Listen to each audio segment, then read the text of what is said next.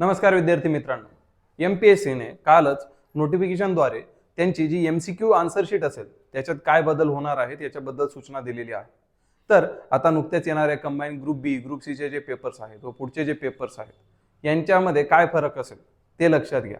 मित्रांनो, हा जो नवीन पॅटर्न चालू होतोय हा मार्च पासून पुढे चालू होतोय आणि आताच्या कंबाईन ग्रुप बी आणि ग्रुप सीच्या परीक्षा तुमच्या जानेवारीमध्ये संपून जातील. सो आता हा पॅटर्न लागू नाही होणार, पण मार्च पासून पुढच्या एक्झामसाठी हा पॅटर्न लागू होईल हेही तुम्ही लक्षात घेणं गरजेचं आहे. मग हा पॅटर्न नेमका कसा असेल, याच्यात काय काय चेंजेस असतील हे आपण बघून घेऊ. हे जे सर्क्युलर आहे 24 डिसेंबर 2025चं आहे, याच्यामध्ये क्लिअरली मेन्शन केलेलं आहे की वस्तुनिष्ठ बहुपर्यायी प्रश्नांबद्दल काय काय चेंजेस आहेत ते इथे दिलेले आहेत. मित्रांनो, सगळ्यात पहिले आपल्याला हे तर माहिती आहे की एमपीएससीच्या ह्या एक्झाम्समध्ये कंबाईनच्या एक्झाम्समध्ये 1/4 म्हणजे 25% निगेटिव्ह मार्किंग राहते. म्हणजे समजा तुमचा 1 मार्काचा प्रश्न आहे, तो चुकीचा उत्तर दिला तर 0.25 मार्क वजा होतात. तसंच जर 2 मार्काचा प्रश्न आहे आणि जो त्याचं उत्तर जर चुकीचं असेल तर 0.50 मार्क्स म्हणजे अर्धा मार्क वजा होतो. किंवा 4 प्रश्न चुकीचे आन्सर दिले की 1 बरोबर प्रश्नाचे मार्क संपतात. हे तुम्ही ध्यानात घ्या. मग ह्या एमसीक्यू पॅटर्न मध्ये आता काय बदल होतोय ते बघणं आपल्याला गरजेचं आहे. मित्रांनो, एमपीएससीने क्लिअरली नोटिफिकेशन मध्ये मेन्शन केलेले आहे की इथून पुढे म्हणजे मार्च पासून पुढे एमपीएससीचे जे पेपर्स असतील या पेपर्स मध्ये 4 ऑप्शन्स असतील. 4 नाही, सॉरी 5 ऑप्शन्स असतील. हे 5 ऑप्शन्स कसे, तर बेसिकली आतापर्यंत आपल्याला 5 गोल दिसायचे ए बी सी डी, आता 4 दिसायचे, आता ते 5 होऊन जातील. सो असे 5 गोल असतील. मग यांचा नेमका वापर काय? सगळ्यात महत्वाचं म्हणजे आतापर्यंत जर आपण एखाद्या प्रश्नाचं उत्तर देत नव्हतो तर ते आपल्याला प्रश्न पूर्ण ब्लँक सोडावा लागायचा. तिथे कुठल्याही वर्तुळात तुम्ही डार्क पेनने ब्लॅक पेनने मार्किंग करायची नाही. हे आतापर्यंतचं तत्व होतं. पण इथून पुढे ते चेंज होईल. इथून पुढे तुम्हाला जर प्रश्नाचं उत्तर द्यायचं नाहीये तर तुम्ही 5व्या वर्तुळात ते सर्कल मारायचं आहे. मी ते तुम्हाला डेमोनिशी दाखवतो. चला मग हे कसं असेल ते बघू. सो समजा आपल्या आन्सर शीट मध्ये अशा आन्सरचे नंबर्स दिलेले असतात. त्यांच्या पुढे आपला ऑप्शन समजा बरोबर ए आहे तर आपण त्याला ए ला सर्कल करतो. ठीक आहे. तसंच जर आपला ऑप्शन समजा बी आहे तर बी ला सर्कल करतो. समजा तिसऱ्या प्रश्नाचं उत्तर आपल्याला येत नाही, मग अशा वेळेस आपण हा प्रश्न पूर्ण ब्लँक सोडून द्यायचो, त्याला हात लावायचो नाही. समजा चौथ्या प्रश्नाचा आन्सर काय परत डी आहे तर मग आपण डी ला मार्क करायचो. समजा 5व्या प्रश्नाचा आन्सर सी आहे तर मग आपण सी ला मार्क करायचो. मग आता तिसरा प्रश्न जो ब्लँक सोडायचो तो आपल्याला इथून पुढे ब्लँक सोडायचा नाही.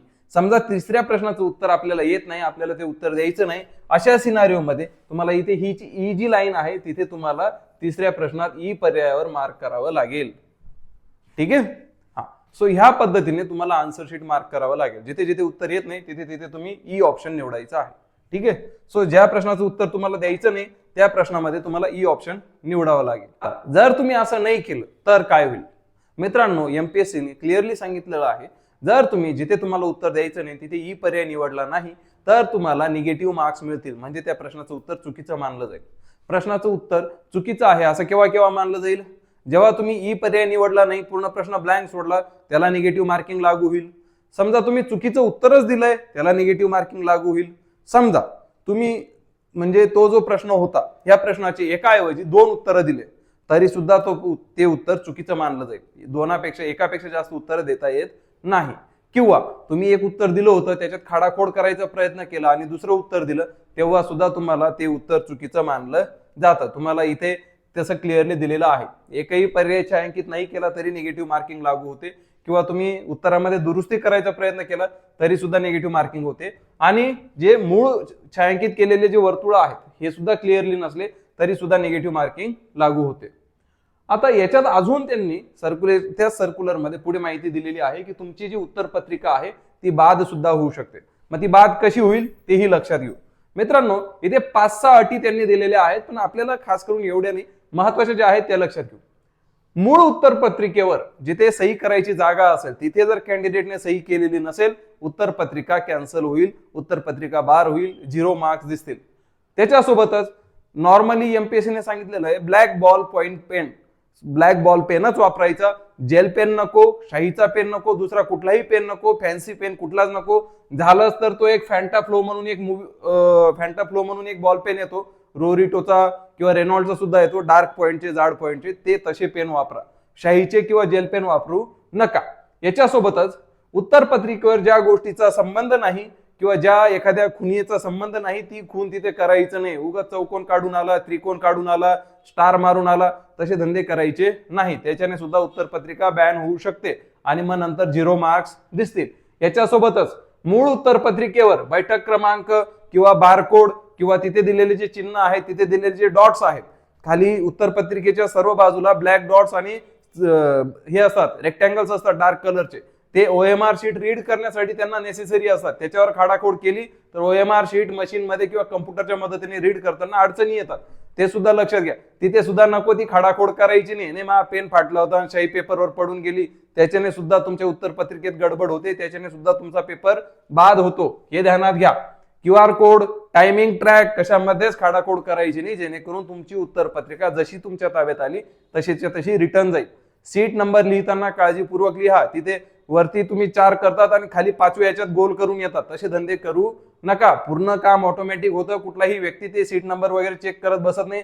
सगळं मशीन मध्ये येतं. लाखो पेपर्स असतात, त्यांच्याकडे तेवढा वेळ नसतो. ती तुमची जबाबदारी आहे, आयोगाची नाही. आयोग तुमच्या उत्तरपत्रिकेबद्दल जबाबदारी घेत नाही. त्यांचं काम फक्त मशीन मध्ये टाकून ती रीड करणं आहे. मशीनला जर वाटलं पेपर बाद होतोय, तुम्ही काही केलं, हायकोर्ट जरी हलवलं तरी त्याला काही ऑप्शन नाही. ह्या गोष्टीची काळजी घ्या. तर मग तुम्हाला इथे लक्षात आलं असेल की हा जो आयोगाचा नवीन पॅटर्न आहे, त्यांनी दिलेल्या या नवीन पॅटर्न मध्ये हे 5 ऑप्शन्स कसे कामात येतील याच्याबद्दलची ही आजची व्हिडिओ होती. तुम्हाला काही अडचण असेल किंवा अजून काही माहिती हवी असेल तर तुम्ही नक्कीच आमच्यासोबत संपर्क साधू शकतात. आम्ही 100% आमच्या वतीने पूर्ण मदत करायचा प्रयत्न करू. काही माहिती हवी असेल नक्की संपर्क करा. जय हिंद, जय महाराष्ट्र.